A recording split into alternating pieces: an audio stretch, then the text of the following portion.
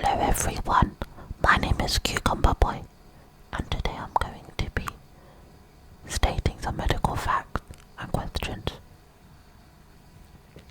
A 60-year-old man with a history of hypertension presents for routine screening of his abdominal aorta as part of the National Abdominal Aortic Aneurysm AAA screening program.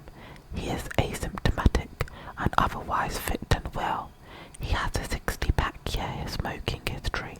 On examination, there's a palpable postal abdominal mass, and an ultrasound confirms an infernal aortic aneurysm measuring 5.6 centimeters. In the UK, all men 65 years of age or older are invited for screening on their 65th birthday. This present such a referred to as vascular surgeon within 2 weeks given the following recommendation at ultrasound. If it's less than 3 centimeters, discharge from the program. If it's 3 to 4.4 centimeters, annual surveillance. If it's 4.5 to 5.4, 3 monthly surveillance. If it's more than 5.5 centimeter, refer to vascular surgeon. Risk factors are cigarette smoking, atherosclerosis, increasing age, male sex, hereditary family history, connective tissue disorders such as Marfan syndrome, which results in cystic medial necrosis of the aorta, secondary to abnormal fibrillin type 1 protein formation hypertension.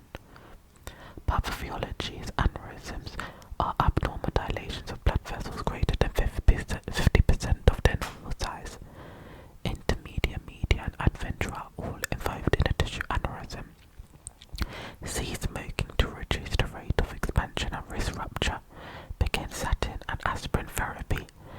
Manage blood pressure. Monitor weight and increase exercise frequency. Surgical repairs indicated for large asymptomatic AA aneurysms that are more than 4 centimeters and are growing rapidly, then more than 1 centimeter in 1 year. Surgical options include open repair and endovascular stent across the aneurysm. Young fit patients are generally selected for open repair due to lower rates of reintervention. Endovascular repair. The risk of AA rupture increases expansion with time to an aneurysm. Next question. A 60-year-old man presents with sudden onset of tearing chest pain. He has a background of hypertension. On examination, his heart rate is 99 beats per minute. His blood pressure is 190 over 90 beats per minute. And his right arm is 155 over 85.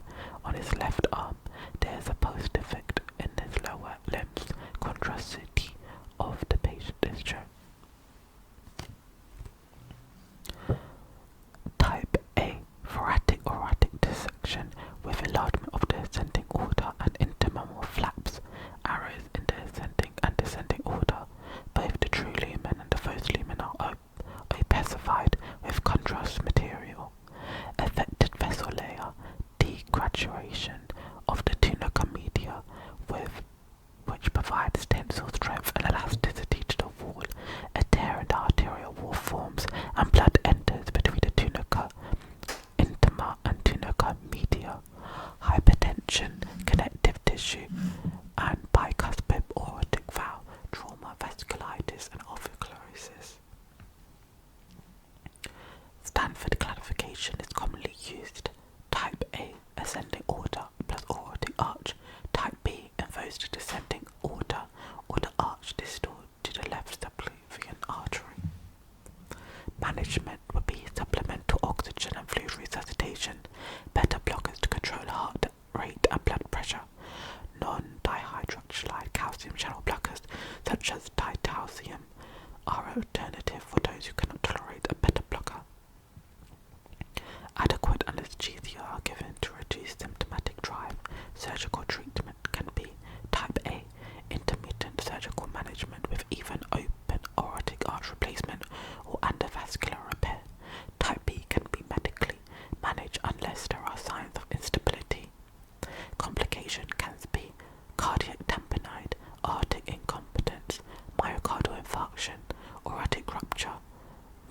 perfusion syndrome.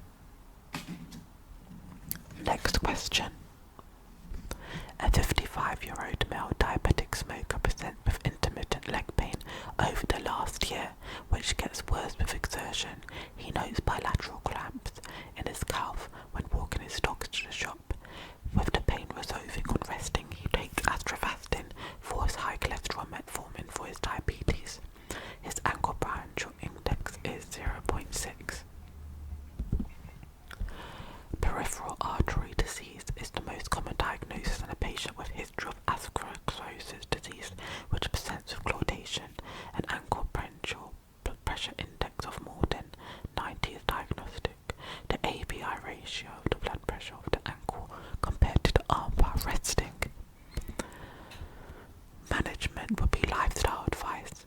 Stop smoking, regular exercise, weight reduction, strict diabetic control, blood pressure management, statin therapy, antiplatelet therapy, cortisol, or provide symptomatic relief to slow progression.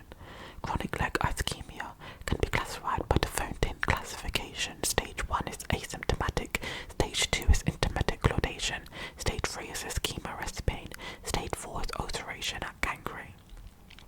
Patients with limited claudication despite adequate lifestyle medication and management and exercise. Patients with critical limb ischemia symptoms, gangrene on healing wounds for ulcers and rest pain. Patients with acute limb ischemia, sudden decrease in limb perfusion with tissue.